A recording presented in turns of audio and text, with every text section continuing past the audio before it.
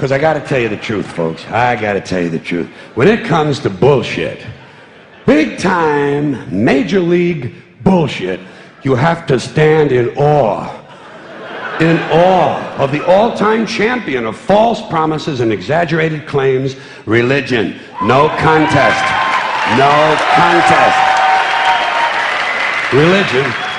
Religion easily has the greatest bullshit story ever told. Think about it. Religion has actually convinced people that there's an invisible man living in the sky who watches everything you do every minute of every day. And the invisible man has a special list of 10 things he does not want you to do. And if you do any of these 10 things, he has a special place full of fire and smoke and burning and torture and anguish where he will send you to live and suffer and burn and choke and scream and cry forever and ever till the end of time. But he loves you.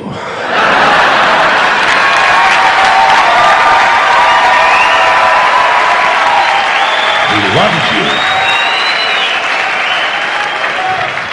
He loves you and he needs money. He always needs money. He's all powerful, all perfect, all knowing, and all wise. Somehow, just can't handle money. Religion takes in billions of dollars. They pay no taxes, and they always need a little more. Now, you talk about a good bullshit story. Holy shit.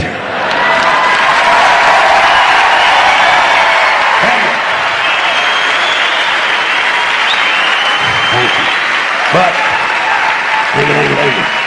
thank you very much. But I want you to know something. This is sincere. I want you to know, when it comes to believing in God, I really tried. I really tried. I tried to believe that there is a God who created each of us in his own image and likeness, loves us very much, and keeps a close eye on things. I really tried to believe that, but I gotta tell you, the longer you live, the more you look around, the more you realize something is fucked up. Something is wrong here. War, disease, death, destruction, hunger, filth, poverty, torture, crime, corruption, and the ice-capades. Something is definitely wrong. This is not good work. If this is the best God can do, I am not impressed. Results like these do not belong on the resume of a supreme being. This is the kind of shit you'd expect from an office temp with a bad attitude. And just between you and me, in any decently run universe, this guy would have been out on his all-powerful ass a long time ago. And by the way, I say this guy because I firmly believe, looking at these results, that if there is a God, it has to be a man. No woman could or would ever fuck things up like this.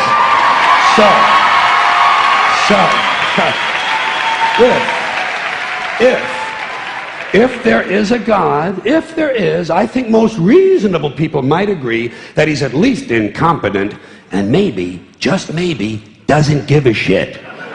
Doesn't give a shit, which I admire in a person and which would explain a lot of these bad results.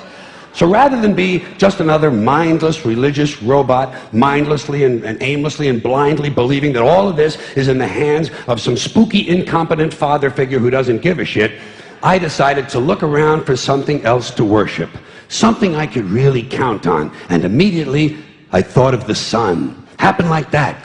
Overnight, I became a sun worshiper. Well, not overnight. You can't see the sun at night.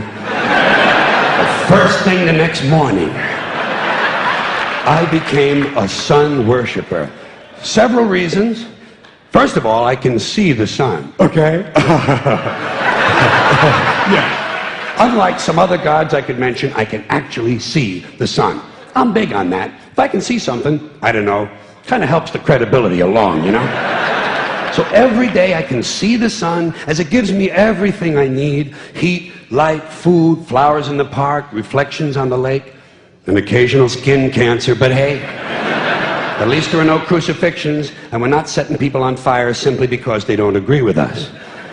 Sun worship is fairly simple. There's no mystery, no miracles, no pageantry, no one asks for money, there are no songs to learn, and we don't have a special building where we all gather once a week to compare clothing. And the best thing about the sun, it never tells me I'm unworthy. Doesn't tell me I'm a bad person who needs to be saved. Hasn't said an unkind word. Treats me fine. So I worship the sun. But I don't pray to the sun. Know why? I wouldn't presume on our friendship. It's not polite. I've often thought people treat God rather rudely, don't you? Asking trillions and trillions of prayers every day, asking and pleading and begging for favors. Do this, give me that, I need a new car, I want a better job. And most of this praying takes place on Sunday, his day off. It's not nice, and it's no way to treat a friend. But people do pray, and they pray for a lot of different things. You know, your sister needs an operation on her crotch. Your brother was arrested for defecating in a mall. But most of all, you'd really like to fuck that hot little redhead down at the convenience store. You know, the one with the eye patch and the club foot, huh? Can you pray for that? I think you'd have to. And I say, fine, pray for anything you want. Pray for anything. But what about the divine plan?